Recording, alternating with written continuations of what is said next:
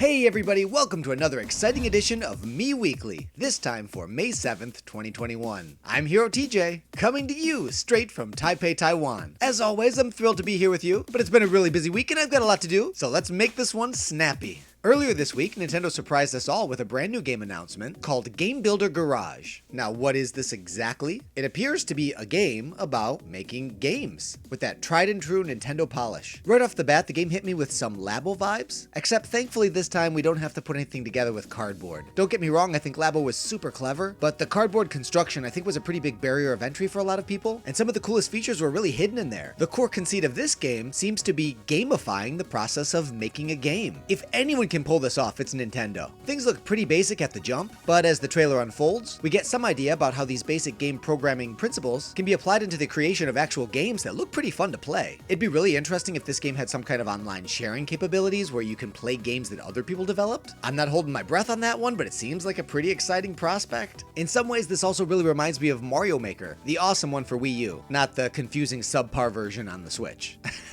Yeah, I said it. You know your old pal TJ only tells you the truth. While I am excited to take Game Builder Garage for a spin, I'm more excited to see my kids play with it. Not only does it seem like an amazing launching point for creativity and expanding one's imagination into an actual playable game that you can share with other people, but it's also an introduction into the basics of programming, which is an actual skill. So leave it to Nintendo to come up with something cool, new, innovative, and thinking out of the box. Once this hits the market, I can't wait to see what the Nintendo community comes up with, and thankfully the wait isn't that long. Game Builder Garage releases on June 11th of this year. Now I want to talk about my new favorite preoccupation, Mii hunting in Miitopia. As I mentioned in last week's edition, Nintendo released a free demo of Miitopia. The full version won't release until the 21st of this month, but in the meantime, creative types out there are milking the Mii maker of this demo for all it's worth, and I am thrilled to be along for the ride. I had no idea the Miitopia Mii maker would be this robust and this powerful. Nintendo themselves took to Twitter asking players to, quote, "Show me what you've got. Share some of your favorite Miitopia demo creations in the replies." And boy did they ever, with over 600 replies and well over 500 retweets. I don't even think Nintendo was prepared for the cascade of mind-blowing Miis. Just a cursory scroll of the replies says it all. I've spent the better part of the last week combing Twitter for the access keys to every cool Mii I find, and there's a ton out there.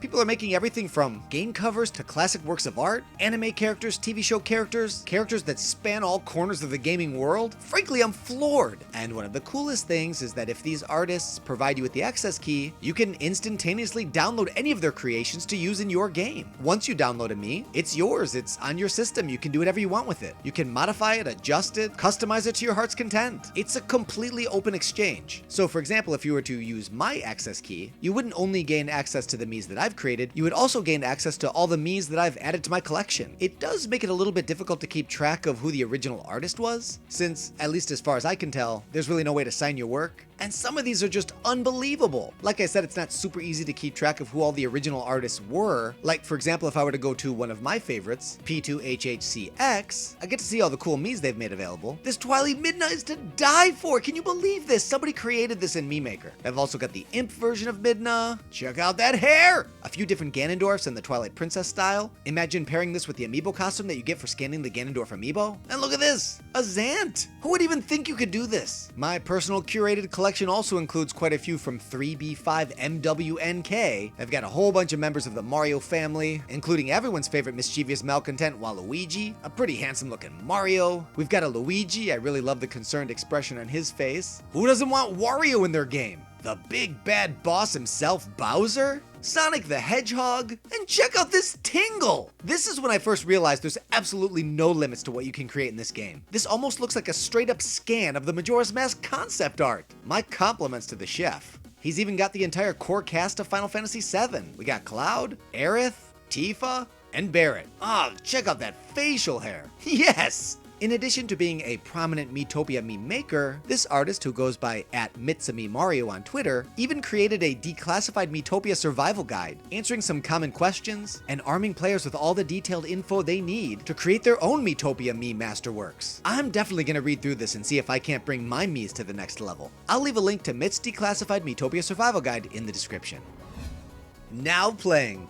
Aside from all the time I spent cruising through access codes in Miitopia, I did manage to get a little gaming in. Let's start with Pokemon Snap. I'm not super deep into the game. I'd say I've probably played it for about 2 hours, and at least up to this point, I have to admit it's been a little bit of a slog. The game is really talky, like lots of talking, and it's not voice acted. There is voice acting, but they usually just use it as a call to attention, like the character will say, "Come on," and "How about this?" And then they plaster a paragraph on the page that you have to read. Is what they're saying valuable? Is the information useful? Does it deepen the experience? Does it provide essential information that makes the game more playable? No, I really think all of that should be out of the game altogether. Give me my camera, let me get going. It's one button functionality when you first start. There are some tutorials, and I would say it's a bit tutorial heavy-handed. I guess the argument for making it so tutorial heavy is that a lot of the people who are playing the game are younger, and the target audience of this game would skew a little bit younger. So you might be thinking, hey, you're a man in your late 30s, this game is for kids, what do you expect? But the thing is, I also have 3 kids. One of them reads extremely well in 2 languages, but what does she do? She just keeps rapid fire hitting A anyway. It's way too much text. Honestly, I think they need to spring for full-on voiceover, voice all of this text, or pare it down to single sentences. Now, maybe the game picks up as you get more into it, but even when I'm on an actual photo expedition, I still think the game's a little slow. Now, that's definitely a me thing. And I don't want to sound all negative. It is cool to see Pokemon in a more realized natural habitat. It is pretty special to be able to see the Pokemon do what they're described as doing in the Pokédex. Seeing this more natural behavior certainly has its charms. I just don't really find myself wanting to go back and play it. I really bought it more for my kids, and maybe if the game stops holding them hostage with dense blocks of text, they might actually have some fun with it.